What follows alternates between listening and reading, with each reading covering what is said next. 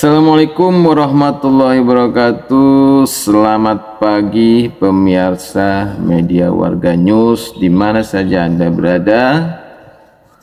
Indonesia kembali bergejolak dengan adanya rencana pemerintah untuk membangun sebuah wilayah kawasan ekonomi di Pulau Batam, yang mana kita tahu bahwa Pulau Batam merupakan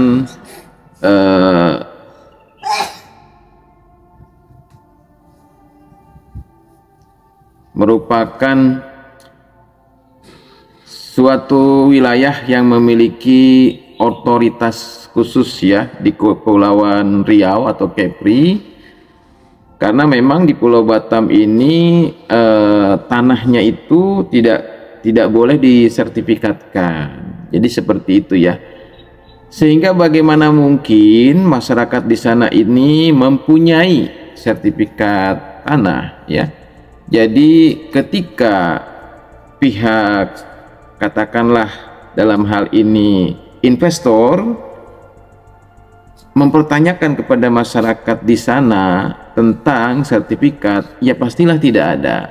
Tapi yang jelas masyarakat Melayu, yang masyarakat asli di sana dan masyarakat adat Melayu, yang sudah jelas di dalam sejarah yang disebut dengan Batam Island, itu sejak tahun 231 Masehi itu sudah ada masyarakat Melayu di sana, bahkan jauh sebelum adanya Republik Indonesia Jadi mereka sudah ada. Kalau berbicara tentang siapa yang hak atas tanah tersebut, tentu saja adalah masyarakat adat Melayu, karena sejak tahun 231 Masehi mereka sudah berada di sana. Bahkan mereka lah yang mengusir para penjajah dari bumi Melayu. Saat itu belum ada Republik Indonesia Ini yang disebut dengan jas merah. Jangan melupakan sejarah Jadi sejarahnya seperti itu, sahabat MWN di mana saja Anda berada Lalu kemudian tahun 1960 Undang-Undang nomor 5 tahun 1960 barulah ada tentang undang-undang agraria itu. Barulah masyarakat mengenal yang namanya sertifikat tanah. Jadi jauh sekali gitu lahirnya. Artinya apa yang ingin saya sampaikan di sini adalah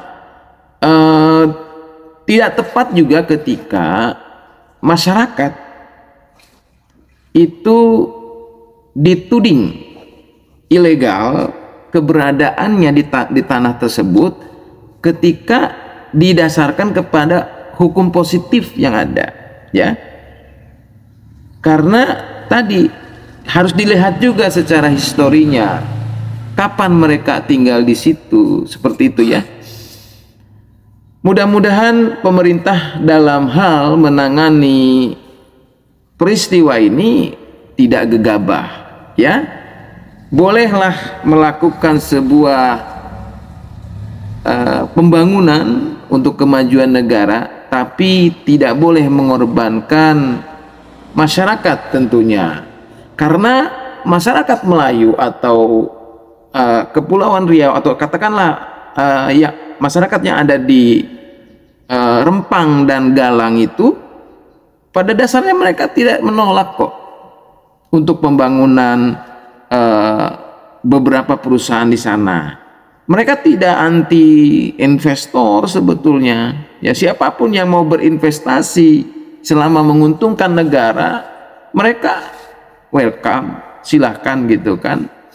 Seperti yang dikatakan oleh Taba Iskandar, salah satu anggota DPR yang dipanggil juga oleh kepolisian terkait kepemilikan lahan sekitar 1000 meter di daerah Galang sana Jadi sebenarnya yang ditolak oleh masyarakat adat Melayu adalah relokasi 16 kampung adat yang ada di sana. Karena ketika ada sebuah relokasi, penggusuran, bahasa kerennya sih relokasi ya, tadi padahal itu namanya penggusuran ya. Penggusuran terhadap 16 kampung Melayu di sana itu sama saja menghilangkan sejarah dan sama saja juga sebenarnya ya apa ya, ingin akan merusak budaya juga gitu. Seperti itu. Jadi silahkan investasi masuk, investor masuk, namun tidak merelokasi kampung-kampung adat yang ada di Batam. Itu sebenarnya yang diminta oleh masyarakat adat Melayu ya sebetulnya. Mudah-mudahan Pak Presiden Joko Widodo menangkap pesan ini dengan baik sehingga tidak ada provokasi yang mengatakan bahwa masyarakat adat Melayu itu menolak pembangunan yang di proyek nasional, katakanlah menolak proyek nasional yang digagas oleh pemerintah. Jadi tidak ada sebenarnya ya, jangan sampai ada provokasi masuk bahwa masyarakat Melayu atau Batam, terutama masyarakat yang ada di Kepulauan Rempang dan Galang itu menolak proyek nasional yang digagas pemerintah untuk kemajuan bangsa dan negara. Itu sebenarnya tidak ada. Masyarakat di sana hanya menolak adanya relokasi, adanya gusuran terhadap 16 kampung ya adat Melayu. Seperti apa yang disampaikan oleh kepala adat di sana. Ada lembaga adat Melayu namanya, ketuanya adalah Abdul Razak. Nah, dalam tuntutannya mengatakan bahwa itu tadi menolak relokasi terhadap 16 kampung adat di sana. Ya, kemudian menolak tindakan represif aparat keamanan terhadap masyarakat. Semoga gejolak yang ada di Batam segera dapat diatasi dengan secara proporsional dan profesional oleh aparat terkait maupun pemerintahan setempat ya. Karena semestinya dalam hal ini pemerintahan setempat juga berpihak kepada rakyat dalam arti melestarikan adat atau kampung adat Melayu yang ada di sana, karena memang mereka sudah ada lebih dulu daripada Republik ini. Demikian, mudah-mudahan segala permasalahan bangsa ini bisa diselesaikan dengan hal-hal yang baik ya, mengedepankan yang namanya musyawarah atau dialog ya.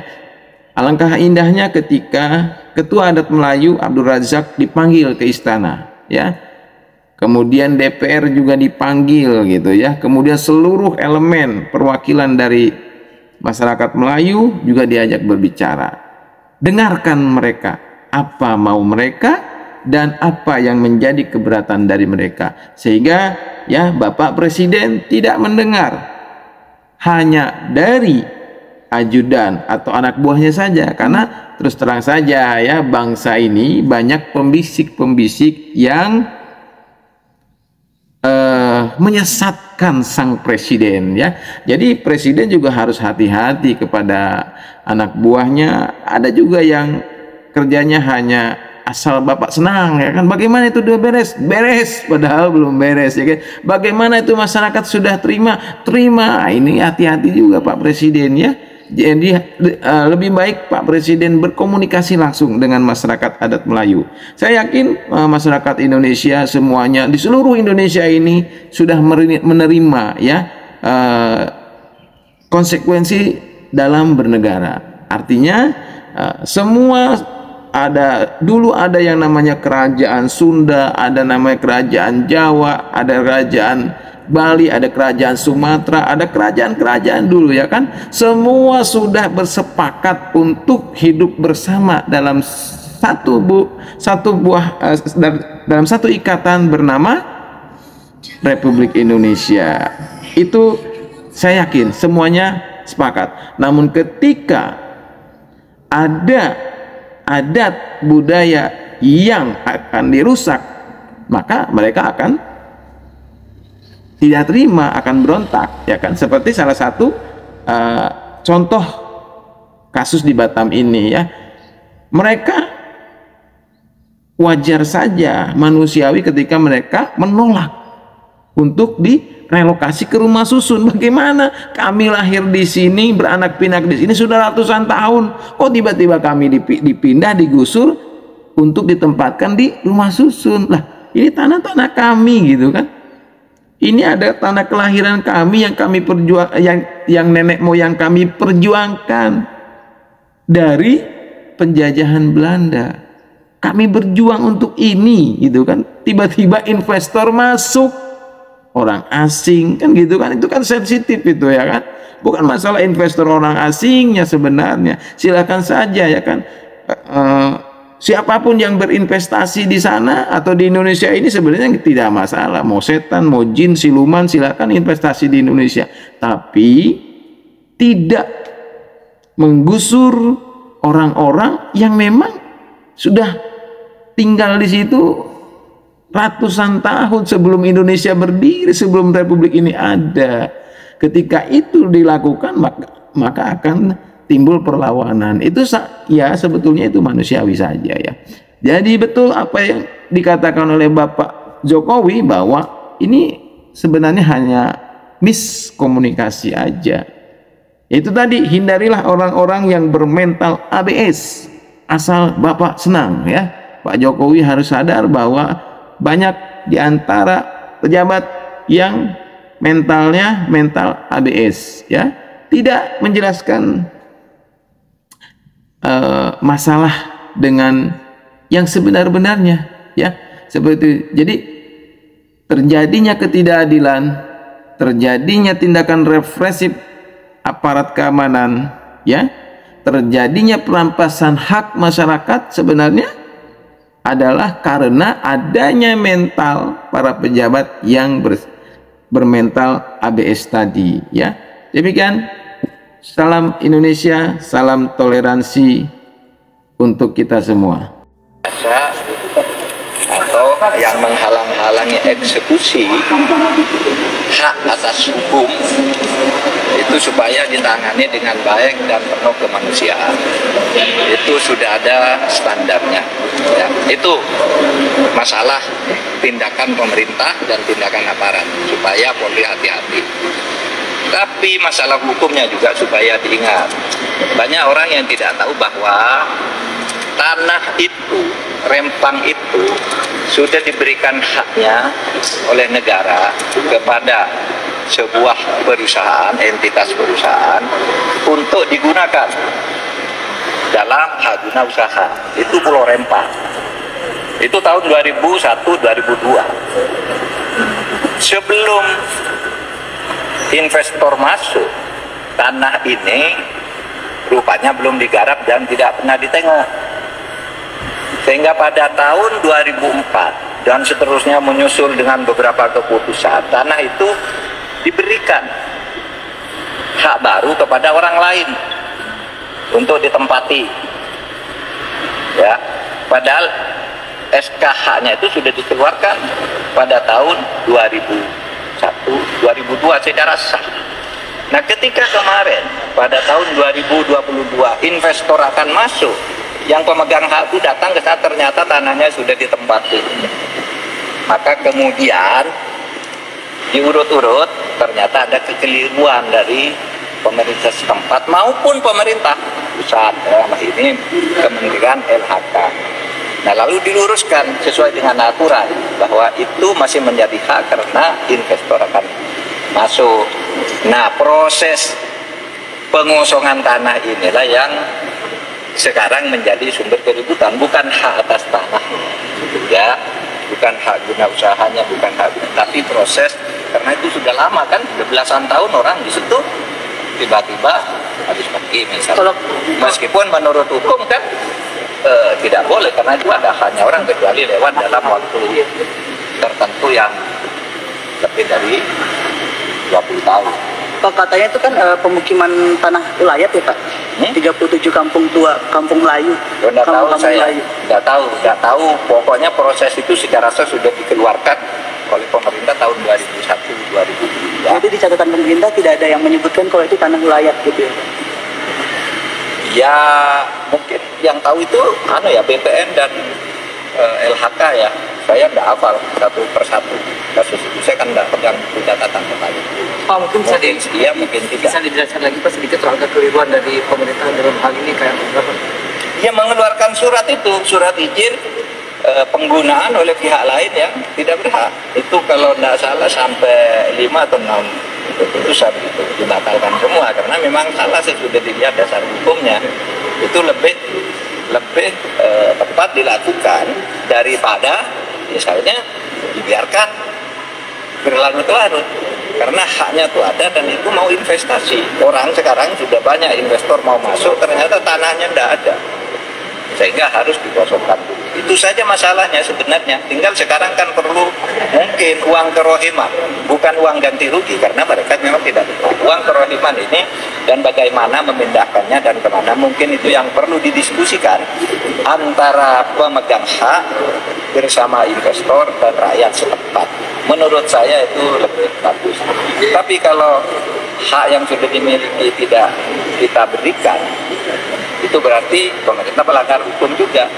Dan setiap hasilnya nanti misalnya pajak yang masuk ke negara atau apapun yang dihasilkan dari situ kan menjadi temuan korupsi. Iya kan? Oh, haknya orang, diproduksi orang, kamu ngambil pajaknya, kamu biarkan bisa korupsi atau kriminal biasa. Kan gitu. Nah itu supaya dipahami oleh masyarakat, supaya dipahami bahwa kasus itu bukan kasus penggusuran, tetapi memang pengosongan karena memang secara hak itu akan digunakan oleh pemegang haknya.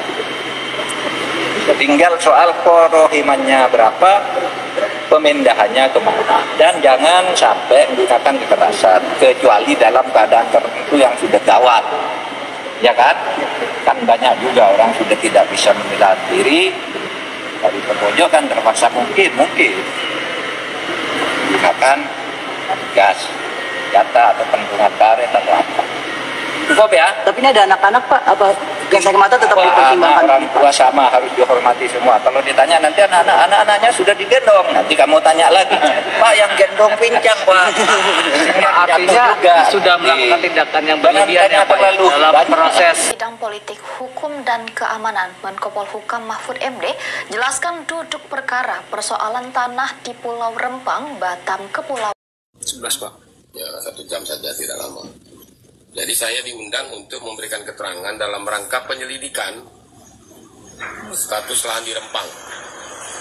Saya pada kesempatan pertama menjawab, saya akan hadir, maka saya hadir. Hari ini saya terjadwal sidang paripurna di DPRD dalam rangka pembahasan nota keuangan RAPBD. Tetapi karena saya anggap undangan ini penting, maka saya hadir. Kenapa penting? Karena undangan ini adalah ditujukan kepada saudara Taba Iskandar selaku penggarap lahan. Sebagaimana video saya pertama kan saya sudah bilang bahwa saya ada kebun kecil. Nah, saya ceritakan kronologi supaya ada pemisahan yang jelas masalah ini. Ya, ada pemisahan yang jelas masalah ini. Sedekat dulu. Apa Pak, lanjut aja Pak. Bising kamu. Sedikit aja. Ya, bisa Pak. Saya lanjutkan. Supaya terang dan jelas masalahnya. Maka saya datang. Yang sejak awal saya sampaikan di video. Nah, contoh yang seperti saya ini artinya menggarap lahan di lahan negara, di tanah negara. Jadi apa yang dilakukan oleh Polda Kepri betul, dia kan data. Siapa saja orang yang menggarap itu. Saya kan bukan warga dan penduduk Galang, Rempang. Atau Rempang Galang. Berarti kan saya tidak mempunyai hak di lahan itu. Maka saya datang. Kalau negara membutuhkan, silakan diambil. Nah yang seperti saya kan tak ada persoalan. Betul. Makanya di surat pernyataan ada saya menyerahkan kembali kepada negara. Karena semula konsepnya, redaksionalnya, menyerahkan kepada BP Batam, menyerahkan kepada HPL BP Batam. Saya tidak tahu apa BP Batam sudah punya HPL di lahan itu. Maka saya keberatan tadi. Akhirnya saya tanda tangani pernyataan menyerahkan lahan itu kepada negara. Karena negara yang punya kewenangan, di situ ada HPK. Punya saya ternyata setelah dicek, kebun yang seluas 18.000 meter itu berada di hutan HPK. Oh, HPK Hutan produksi, bukan hutan lindung. Nah, lahan yang saya punya tadi, saya ceritakan kronologisnya. Saya tidak beli. Jadi ada mantan kepala desa almarhum dulu berutang kepada saya, terus dia bayar saya dengan dengan lahan itu. Selama 20 tahun tidak saya apa-apakan karena saya tahu status tanah waktu saya dikasih surat itu kan semua surat kepala desa. Maka saya tidak terlalu yakin secara hukum. Saya biarkan saja dia tanpa diapa-apakan selama 20 tahun. Baru tahun 2021 saya dibantu teman bibit durian. Saya tanamlah, baru umur setahun duriannya. Sekarang Pak? Iya, baru tumbuh setengah meter. Minta bantulah saya teman-teman Sembulang untuk ngurusnya. Ada tukang kebun, dia tinggal di sana, dia nyiramin, dia mupuk. Saya bayar token listriknya, saya bayar sembakonya, dia urus kebun. Ternyata muncul masalah ini, dan saya tidak keberatan. Nah, maksud saya apa?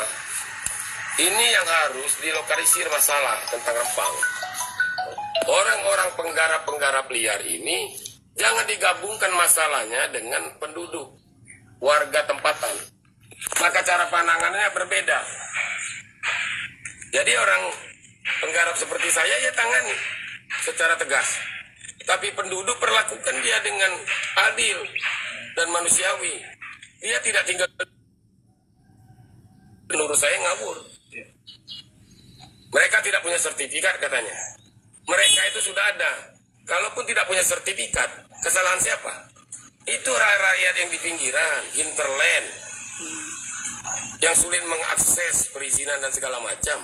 Tapi dia sudah bisa dibuktikan beranak pinak dari kakek dan neneknya di sana. Dan bisa dibuktikan jauh sebenarnya sebelum Indonesia merdeka. Mereka ini, wilayah Rempang itu masuk dalam wilayah administrasi pemerintahan Kerajaan Riau Lingga. Buktinya ada. Di Sembulang itu, di Bulang Lintang, ada makam Temenggung Abdul Jamal. Ya, betul. Itu menunjukkan ada pemerintahan di sini sebelum ada Republik Indonesia. Itu 1800-an, mungkin 1843 atau 53. Artinya ada pemerintahan. Kok tahu-tahu wujud Indonesia merdeka, ya, kita memerdekakan diri dari penjajah, membuat aturan menyengsarakan warga negaranya. Itu yang saya bela sebenarnya. Saya tidak membela diri saya sendiri. Saya kecil ini, ada orang yang memiliki 30-100 hektar nih. Ya. Ini berbeda. Penanganan yang ini berbeda.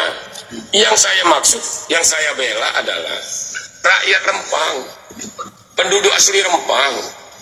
Itu kan tidak banyak, lahannya pun tidak terlalu luas. Nah, jadi cara penanganannya jangan digabung, dipisahkan. Yang ini penduduk, mereka tidak anti investasi, bisa didekati dengan cara dialog.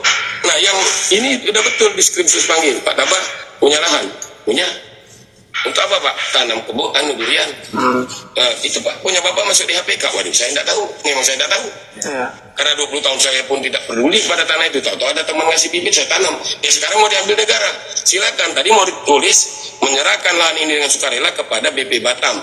Berdasarkan kepada HPL BP Batam, saya keberatan. Kenapa? Kan saya tidak tahu ada HPL dari BP Batam, karena setahu saya belum ada HPL di sana. Kalau ada HPL BP Batam, maka berlaku ketentuan pertanahan soal lahan sebagaimana di Kota Batam. Apabila ada perumahan atau penduduk yang mendirikan bangunan di atas HPL BP Batam, digusur dia. Kan HPL BP Batam, pindah ke sana tak? Di Kapling Siap Bangun. Maka tepatlah yang menawarkan tentang kapling 200-500 tepat. Kan berdiri di HPL kami kamu. Tapi kalau ini rakyat Rempang, kami di rumah kami, kok kamu mau pindahkan kami? Dengan alasan investasi 200. Apakah itu namanya keadilan? Terus dikatakan dia tak punya sertifikat. Apakah karena alasan hukum positif tidak punya sertifikat, maka menjadi ilegal mereka? Tidak, mereka kan lebih dulu. Harusnya kan datang, kemarin ada paket corona dari Bapak Presiden. Turunnya ke sana lah. Kamu lah 100 tahun di sini, tak ada sertifikat, kami buatkan ya. Kan begitu prinsipnya pelayanan. Jadi jangan dilemahkan, dia akan selalu lemah. Mengatakan, tidak ada sertifikat, melanggar hukum. Ya, hukum yang buat siapa? Kan kita yang buat nih. Orang-orang yang tidak punya kemampuan, karena tidak punya sertifikat, ada yang tidak punya KTP, tidak punya KK, itu kan bisa didudukan. Selama ini ada RT, ada RW, ada lurah aparat yang ngurus mereka di sana. Kenapa sekarang tak diurus? dianggap orang liar. Betul. KTP-nya ada. Kapan PBB tetap dibajain. Tapi kapan ada urusan begini, kamu tidak punya surat ya? Tidak punya sertifikat, tidak boleh. Tapi kapan pajak cepat kan, namanya PBB. Itu pertanyaannya kembali dipertanyakan. Apa begini tujuan bernegara berbangsa ini? Tujuan merdeka 78 tahun ini. Belanda dulu gitulah. Company Belanda, VOC itu. Malah tidak punya modal apa-apa dia dulu. Datang ke sini dia, Rotterdam, Inlander kata dia. Tapi kepukin dia kita tak bayar. Tentu ada beberapa pertanyaan izin Pak. Ya tidak banyak. Kalau pertanyaan saya dikasih, ya datang. Kemudian sejak kapan menguasai lahan? Saya bilang sejak tahun 2000-an. Bagaimana cara dapatnya? Cara dapatnya pembayar hutang. Ada dulu mantan kades berhutang sama saya, tak punya duit, dikasih dia tanahnya. Kata dia itu kebun dia. Saya pernah lihat suratnya, itu yang saya cari sekarang. Tanda tangan kades. Saya tidak ketemu lagi. Lama kan? Lama sekali ya. Tidak pernah saya urus. Saya bukan seterima surat langsung berkebun, enggak. Baru tanamin 2021 kemarin, dibantu teman. Soal fundamental yang dari awal memang jadi acuan atau andalan dari presiden, yaitu proyek-proyek strategis. Jadi itu poinnya di situ. Kalau Menteri APR itu ya bagaimana mungkin orang diberi kewenangan atau hak untuk mengajukan peningkatan dari hak adat atau hak lain itu ke GBI, sementara Batam sendiri adalah tidak boleh dimiliki kan. Batam itu kan otoritas yang nggak boleh dimiliki, tidak boleh diberikan hak milik di situ kan. Jadi pasti rakyat Melayu walaupun mereka menganggap ini tanah kami, kenapa kami mesti minta sertifikat, tetapi kesempatan dia untuk minta sertifikat juga dibatalkan oleh undang-undang khusus atau semacam kekhasan dari Batam yang memang dari awal dinyatakan bahwa itu wilayah yang nggak boleh dimiliki itu. Ya, dalam bentuk peningkatan hak menjadi hak milik oleh warga Melayu yang sudah bermukim di situ ratusan tahun. Ya, oke. Dari sini pun kita akhirnya sebenarnya dengan satu kalimat dari Pak Jokowi, boleh ditambah-tambah lagi oleh pernyataan TATR yang bahwa rakyat tidak punya hak di situ. Pak Mahfud MD juga yang bolak-balik Anda sampaikan juga begitu kan? Itu pun kita sudah bisa memahami bagaimana pemerintahan ini memperlakukan investor dan juga menempatkan rakyatnya gitu. Ya memang sinopsisnya akhirnya mesti digusur apapun yang apologi, kalimat-kalimat apologetis dari kekuasaan, termasuk apalagi dari Presiden Jokowi, intinya adalah harus digusur. Kan itu dasarnya kan. Karena itu kemudian dikirim segala macam aparat di situ tuh. Dan kita mau lihat bagaimana pola ini berlangsung di tempat-tempat yang sama, berlangsung di Wadas dengan pola yang sama. Oh ini cuma kesalahan komunikasi. Dan pada akhirnya digusur juga. Demikian juga di tempat-tempat yang lain. Jadi pola ini kita hafal di luar kepala tuh, bahwa komunikasi itu dijadikan alasan. Padahal kalau komunikasi bagus nggak terjadi. Pertanyaannya komunikasinya dari siapa ke siapa? 18.000, 17.000 penduduk di situ, tidak ada komunikasi di situ. Bahkan ada upaya untuk membelah-belah mereka itu supaya ada yang pro, ada yang kontra di situ. Kan itu biasa kan? Jadi justru dalam semua masalah yang menyangkut konflik agraria, yang dilakukan pertama komunikasi pro kontra, itu pemerintah yang produksi itu, terus supaya terjadi ketegangan, supaya ada yang cemburu, supaya ada hak buat membujuk bahwa sebagian perokok. Kita lihat di dalam banyak kasus eksploitasi di Cianjur soal gunung gede, di Purwokerto, macam-macam kan, Gunung Slamet, semuanya begitu. Masyarakat dibelah dulu supaya terjadi ketegangan, supaya ada yang bisa dibujuk dan ada yang menolak. Itu kan itu pola itu. Jadi saudara Presiden ke-7 Republik Indonesia ini bukan sekedar masalah komunikasi, tapi dari awal memang diinginkan ada pembelahan masyarakat supaya mudah dikendalikan itu. Aksi unjuk rasa yang dilakukan ribuan warga Melayu, mulai dari Kepulauan Riau, Kepri, Riau, Jambi, Kalimantan Barat, hingga sejumlah daerah lainnya yang dilakukan di depan kantor BP Batam berakhir ricuh.